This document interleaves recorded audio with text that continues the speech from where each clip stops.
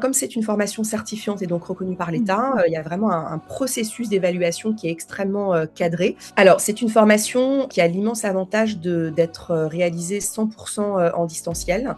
S'il y avait vraiment 2 mots pour résumer ce métier, c'est un métier avec de l'humain et un métier, à impact. Tu peux tout à fait, exercer ton métier, d'infirmière en profession libérale, à l'hôpital, peu importe, et te former, en parallèle parce que c'est une formation qu'on a conçue pour des personnes en reconversion, professionnelle. L'expérience, en tant qu'infirmière, c'est même plus qu'un plus, c'est un atout, parce que, vraiment il y a un socle, d'aptitudes, de compétences qui sont vraiment extrêmement utiles pour ce métier. Je pense que le mot-clé, c'est la liberté, c'est-à-dire que c'est vraiment elle qui va, organiser, sa semaine, et ses journées exactement comme elle l'entend. Donc, si elle veut enchaîner, 5-6 rendez-vous de bilan, le lundi matin, enfin le lundi dans la journée, elle peut le faire, mais elle peut se dire aussi: «Bah, voilà, je fais, un rendez-vous, par jour, parce que j'ai besoin d'avoir plus de temps pour moi ou pour une autre activité». Donc il y a vraiment une grande liberté et flexibilité en tant qu'indépendante. Pour les personnes qui sortent de formation,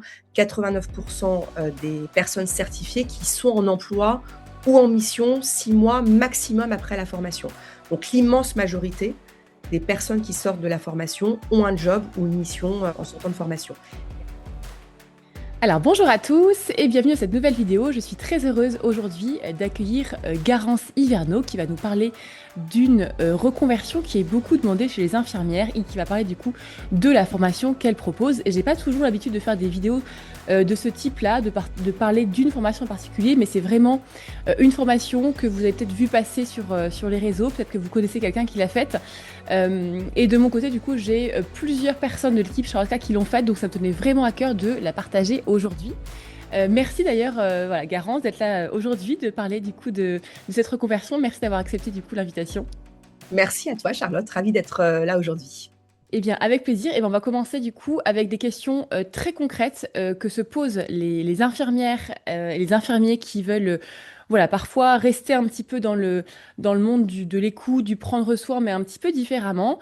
Alors, est-ce que tu peux nous parler du coup de qu'est-ce que c'est que le métier de consultante en bilan de compétences et comment est-ce qu'on peut devenir justement consultante en bilan de compétences?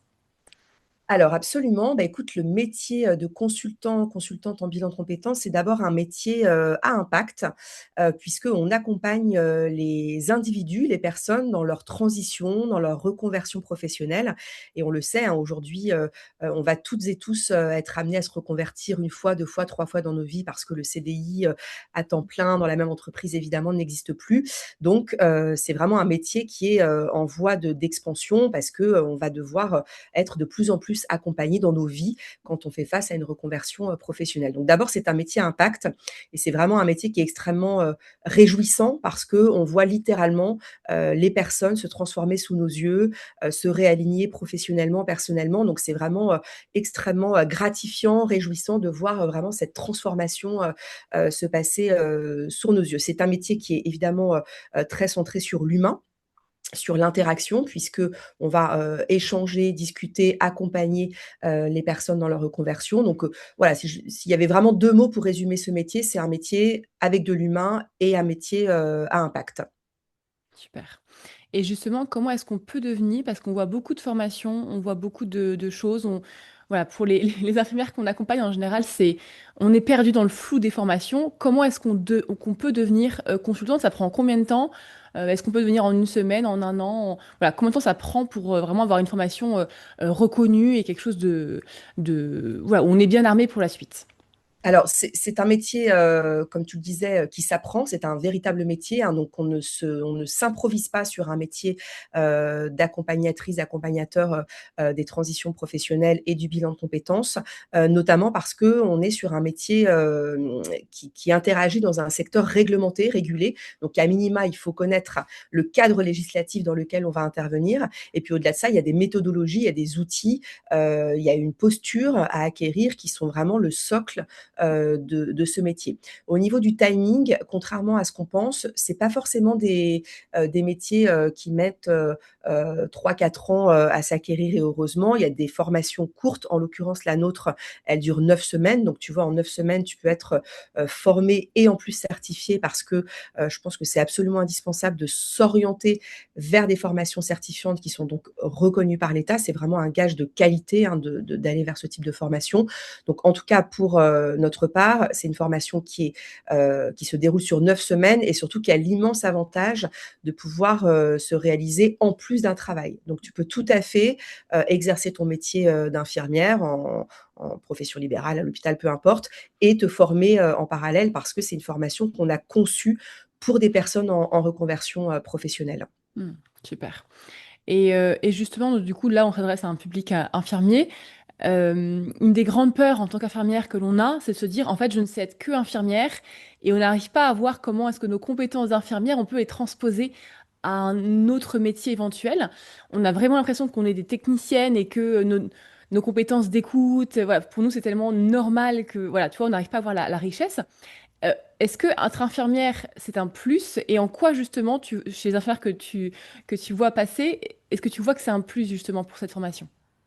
Alors absolument, hein, l'expérience, en tant qu'infirmière, c'est même plus qu'un plus, c'est un atout, parce que, vraiment il y a un socle, d'aptitudes, de compétences qui sont vraiment extrêmement utiles pour ce métier. Donc évidemment, apprendre à enfin écouter sans juger, accompagner des personnes dans un moment, de vulnérabilité, poser un cadre, gérer des situations qui vont être, émotionnellement, complexes, faire preuve de discernement, d'éthique. Donc il y a vraiment un espèce de socle qui est un socle indispensable au métier de l'accompagnement, mais néanmoins, évidemment, ça ne suffit pas et c'est bien pour ça qu'il va falloir acquérir une méthode, un cadre, une légitimité, une posture professionnelle. Mais disons qu'on part déjà avec, un élément qui est hyper important pour pouvoir exercer le métier de consultante, en bilan de compétences. Mmh.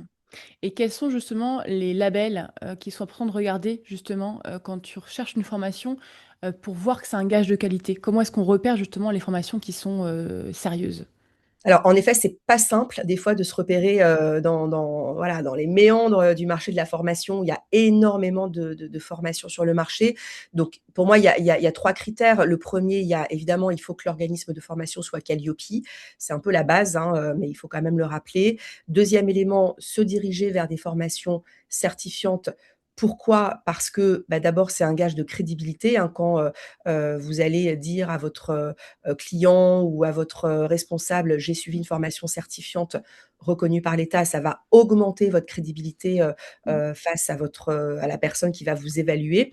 2e élément, ça augmente votre employabilité parce que les formations certifiantes aujourd'hui, doivent amener vers l'emploi. Donc, bah, à partir du moment où vous suivez une formation certifiante, vous êtes sûr qu'il y a un marché de l'emploi dynamique derrière.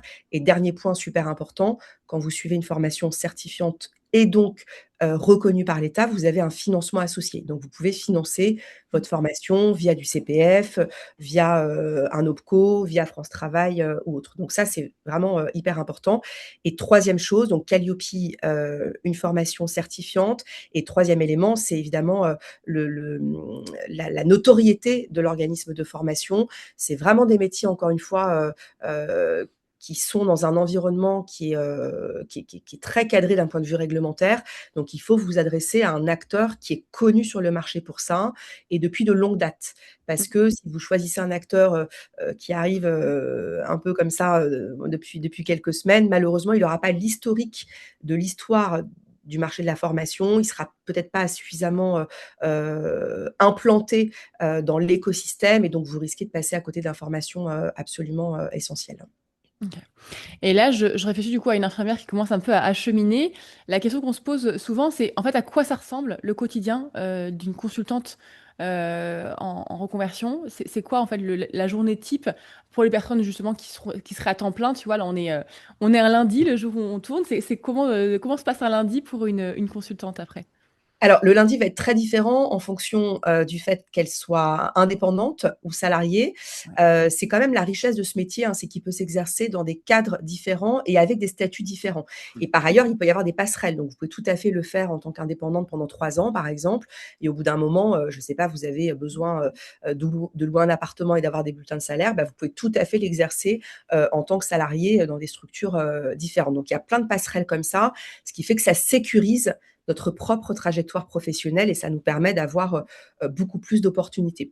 Donc pour, rebondir sur ta question, un lundi type d'une consultante indépendante, ben, je pense que le mot-clé, c'est la liberté.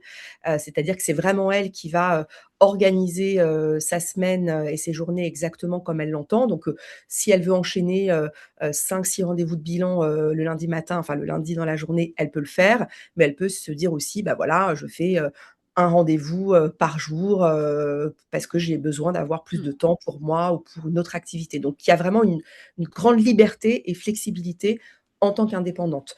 Évidemment, en tant que salarié, un peu moins, mais par contre, on a la sécurité de l'emploi et un revenu, plus stabilisé et donc dans ce cas-là, quand vous l'exercez en tant que salarié, vous avez souvent des rendez-vous qui vont s'enchaîner avec plusieurs, bénéficiaires, que vous allez accompagner, durant, son bilan de compétences et puis il y a évidemment, la préparation des entretiens, et puis à la fin, vous rédigez une synthèse puisque dans le cadre d'un bilan de compétences, vous devez remettre la synthèse de l'accompagnement à votre client.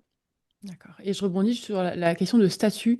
C'est un statut qui est vraiment, enfin, c'est une question qui se pose très souvent, moi je vois dans les cheminements des infirmières, c'est: «Est-ce que je deviens, travailleur indépendant? Est-ce que je reste salarié?» Quels sont les, comment dire, les pourcentages de statut chez les consultants en général? Qu'est-ce qu'on est le plus? Et comment ça se passe exactement? Enfin, quels sont les statuts possibles? Évidemment, on parle d'indépendant, mais c'est quoi le statut exactement qui existe? Ouais, c'est évidemment, une question qui se pose très régulièrement parce que ça va impacter, d'abord votre rémunération, votre cadre de vie, votre sécurité. Donc il y a plein d'éléments qui vont, rentrer, en ligne de compte et puis par ailleurs, ça dépend bien sûr de chacune et chacun d'entre nous. Donc on n'a pas les mêmes critères de choix. Peut-être qu'une personne va être plus sensible, à une rémunération peut-être un peu plus basse, mais en l'occurrence, vraiment stable et régulière. D'autres personnes vont être plus sensibles à la liberté, d'organiser son agenda. Donc il y a tout un tas de critères qui vont rentrer en ligne de compte. Pour être plus précise sur, combien de personnes, deviennent, ou sont salariées et combien de personnes deviennent ou sont freelance. Donc nous, on a, pour les personnes qui sortent de formation, 89 des personnes certifiées qui sont en emploi ou en mission 6 mois maximum après la formation. Donc l'immense majorité des personnes qui sortent de la formation ont un job ou une mission, en sortant de formation. Et après, il y a une scission sur les 89 40 vont être salariés et à peu près, bah, du coup 60 vont être en indépendant ou en portage, salarial. Donc tu vois que c'est à peu près équilibré et la bonne nouvelle, c'est que vraiment, il y a toutes les combinaisons possibles. Oui. En tant qu'indépendant et moi je le vois, y compris dans les équipes, de Garance et moi, on a du portage salarial, on a de la micro-entreprise, on a de la SASU, on a de la EURL, tu vois? Donc on a vraiment les 4 combinaisons possibles en tant qu'indépendant et puis évidemment, il y a des structures où vous allez pouvoir avoir, un CDI, temps plein, classique. Donc c'est vraiment, encore une fois, une grande opportunité de se dire qu'on peut basculer, d'un statut à un autre.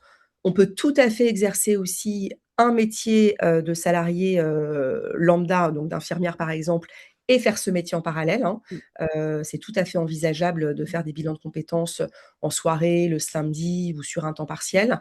Donc il y a vraiment des combinaisons possibles, mais encore faut-il et d'ailleurs nous on l'inclut, dans la formation, hein, cette, réflexion professionnelle autour du projet Ouais. et du choix du statut pour pouvoir, dérouler sereinement son projet professionnel à l'issue de la formation.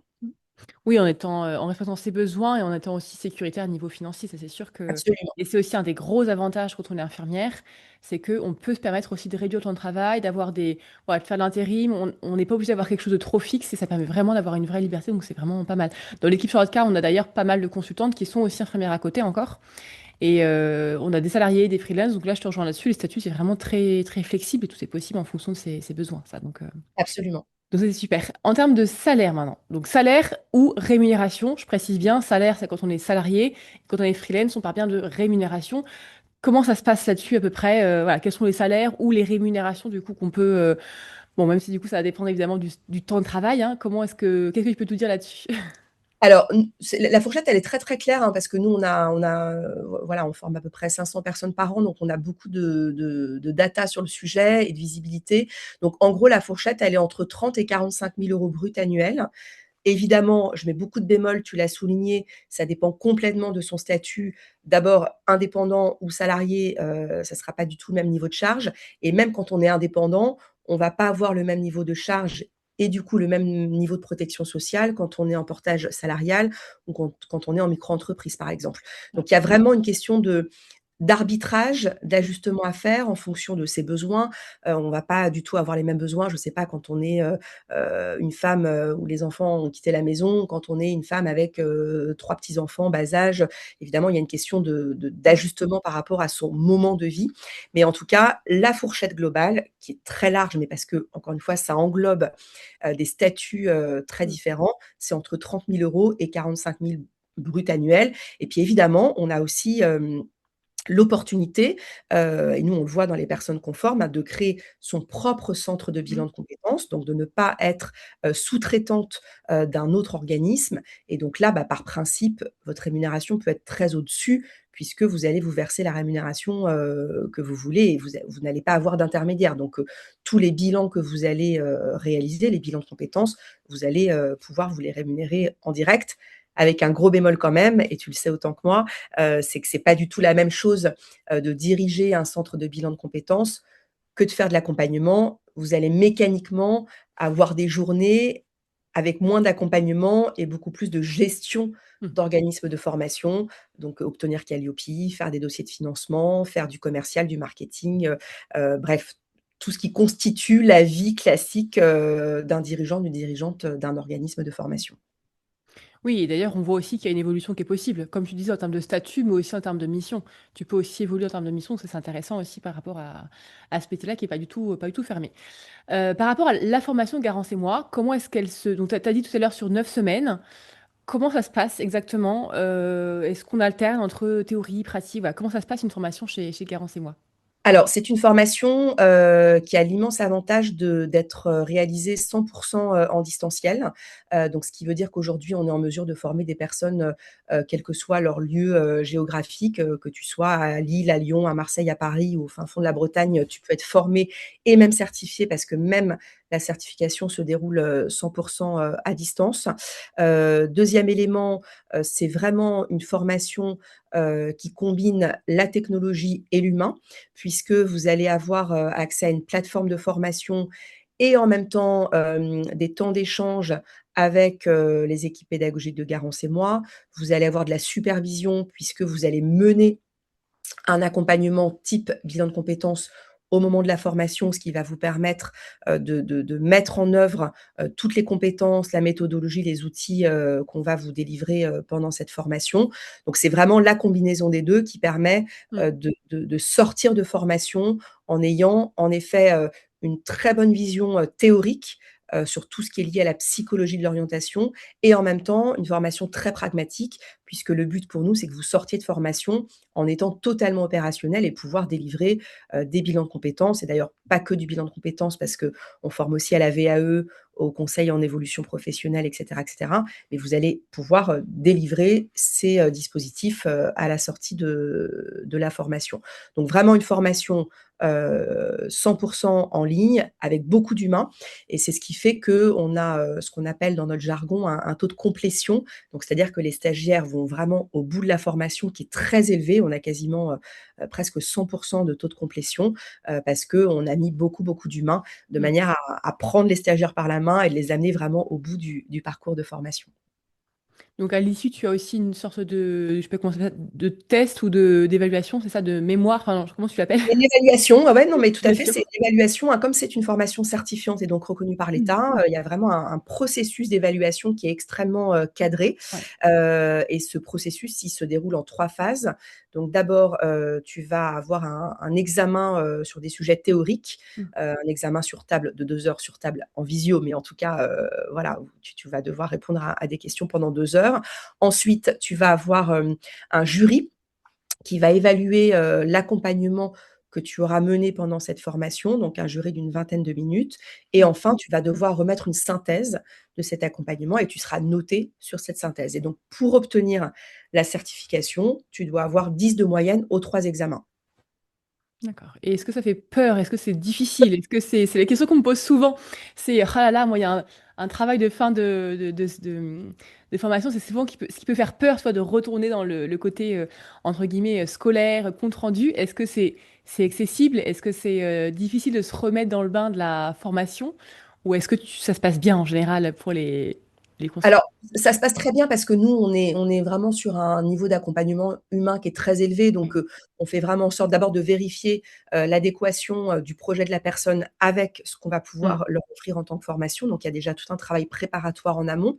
Et puis après, encore une fois, c'est vraiment un parcours qui est très encadré par les équipes pédagogiques de Garance et moi. Donc, on fait en sorte que personne ne décroche du parcours de formation. C'est très rythmé. Il y a vraiment des rendez-vous. Il y a une grosse communauté d'entraide aussi, hein. Les stagiaires entre eux, il y a vraiment des points de rencontre régulièrement.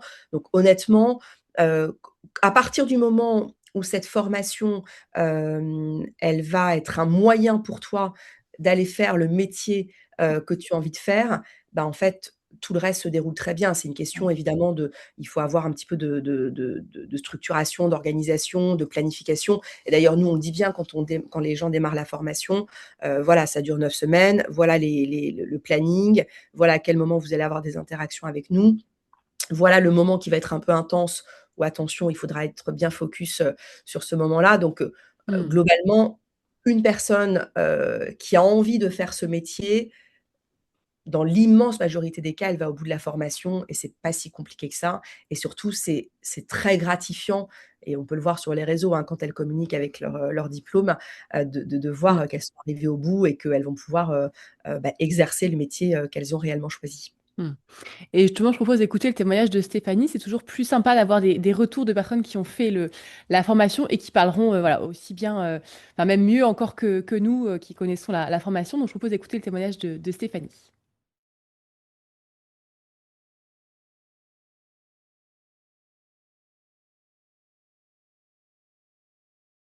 Est-ce que maintenant, Garance, tu viens nous parler du coup du coût de la formation, des financements possibles? Tu as commencé un peu à l'aborder. Qu'est-ce qu'il faut prévoir en termes de coûts pour se former et peut-être aussi après derrière pour, je sais pas, se lancer par exemple quand on est à son compte? Est-ce qu'il y a quelque chose à prévoir là-dessus aussi si on veut démarrer en tant qu'indépendante en tout cas? Est-ce que tu peux me dire un petit peu comment ça se passe niveau financier? Oui, alors, je le disais, l'intérêt de suivre une formation certifiante, c'est qu'on a accès à des financements. Je ne vais pas tous les lister parce qu'on en a beaucoup, mais alors, chez Garance et moi, on a un accompagnement aussi qui est individualisé sur, les différents financements possibles parce que tout dépend de votre statut, de votre lieu d'habitation, donc il y a plein de combinaisons possibles. Mais partons du principal financement qui est le CPF. Donc comme la formation est certifiante, vous pouvez, financer via votre CPF. Le prix de la formation est de 4 090 €, sachant que, donc, au moment où on tourne cette vidéo, il y a des financements qui malheureusement se tarissent, se réduisent et donc, voilà, si vous souhaitez bénéficier de l'intégralité du financement avec votre CPF, il ne faudra pas trop tarder à monter votre dossier. Mais en tout cas, voilà, vous pouvez financer la formation via votre CPF, via France Travail si vous êtes, demandeur d'emploi. Si vous êtes indépendant, il y a aussi des financements possibles. Donc, il y a les régions aussi qui financent, la CPAM, voilà, il y a plein de financements possibles en fonction de votre, statut. Et pour répondre à ton point, sur l'après, donc nous, l'après-formation, on le travaille pendant la formation. Le Mmh. but, c'est que vraiment, quand vous sortiez de formation, vous soyez très, très au clair sur votre projet professionnel. Parce que si vous n'êtes pas au clair, bah, vous allez reperdre 2 mois, 3 mois, 4 mois, 6 mois et quand on perd, bah, 6 mois, c'est aussi de l'argent qui ne rentre pas, c'est aussi, voilà, se mettre en difficulté. Donc, nous, l'objectif, c'est vraiment et d'ailleurs, on a un module qui est dédié à ça, c'est vraiment de faire en sorte que, quand vous sortiez de formation, vous sachiez exactement vers quoi vous dirigez, quelles vont être vos cibles, comment les contacter pour pouvoir dérouler votre projet. Il y a 3 sujets, sur lesquels on accompagne nos stagiaires. Le premier sujet, c'est quel est le dispositif sur lequel elles ont envie de se positionner. Est-ce que ils ou elles veulent faire du bilan de compétences ou du conseil en évolution professionnelle ou de la VAE ou d'autres dispositifs ou un peu tout ça à la fois? Mmh. Parce que mine de rien, ce premier niveau de réponse, ça va orienter, les acteurs qu'ils vont devoir contacter à l'issue de la formation. Le deuxième élément, c'est le public. Est-ce que, vous avez envie d'accompagner un public spécifique, bah, comme vous, hem, plutôt des infirmières, nous plutôt les femmes chez Garance et moi, mais tu vois, ça pourrait être, les seniors, ça pourrait être les jeunes, ça pourrait être des personnes en situation de handicap. Il y a plein de Mmh. publics, qui ont des besoins spécifiques et tu le sais, aussi bien que moi, hein, avec des carrières bien Mmh. spécifiques, des interrogations bien particulières. Donc, peut-être que, vous allez vouloir, vous orienter vers un public bien particulier parce que vous avez une appétence ou une histoire qui fait que vous aimez particulièrement ce public. Mais vous pourriez aussi dire: «En fait, moi, j'ai pas du tout envie de me restreindre à un public particulier et j'ai envie d'accompagner, des publics très différents». Et cette réponse-là, ben, encore, elle va orienter votre projet professionnel. Et troisième élément, quel est le statut que vous voulez? C'est pas du tout pareil si vous voulez un statut de CDI, salarié ou si vous voulez être indépendante. Et donc là, mine de rien, le choix du statut, ça va également orienter votre projet. Donc ces 3 éléments-là, on va un peu les challenger avec vous pendant la formation et en fonction de vos réponses, bah, vous aurez, des structures à cibler en particulier parce qu'elles vont répondre à vos 3 critères, de choix. Mmh. Super. Et bah, écoute, merci pour toutes ces informations, Garance. C'est toujours, très précieux d'avoir un retour, très concret, je trouve et très clair sur une formation et sur un métier. Est-ce qu'avant de se quitter, tu aurais un conseil à donner aux infirmières, aux infirmiers qui nous écoutent, qui se posent la question de devenir, consultante en bilan de compétences, qui hésitent, qui ont plein de questions, qui ont plein de freins, plein de blocages, peut-être encore? Est-ce que tu as des voilà, des conseils à leur donner? Oui, alors le tout premier conseil, c'est de bien vérifier l'adéquation entre, leur projet professionnel et une formation potentielle, hein.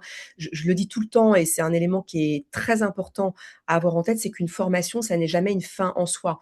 On se forme, pour aller vers un nouveau projet professionnel, et ce projet professionnel, il doit être mieux que la situation que vous rencontrez actuellement. Donc vous devez soit mieux gagner votre vie, soit avoir un métier qui a plus de sens, soit avoir un métier qui a plus de flexibilité. Peu importe, il y a autant de Mmh. critères que de personnes, mais il faut vraiment être au clair sur quelle est l'étape d'après pour vous? Qu'est-ce que vous voulez obtenir que vous n'avez pas aujourd'hui? Et donc en fonction de ça, vous allez construire un projet et bien sûr, parfois dans ce projet, il va falloir se former.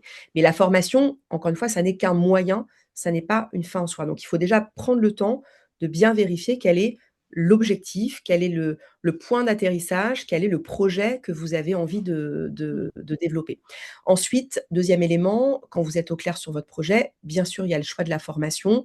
Donc je le répète, hein, Calliope, formation certifiante, notoriété. Et puis je pense que c'est hyper important d'aller, discuter, avec des personnes qui ont suivi cette formation, d'échanger avec elles parce que vous allez avoir un retour, beaucoup plus incarné, beaucoup plus, personnalisé qu'une présentation un peu standard que moi je peux vous faire, par exemple.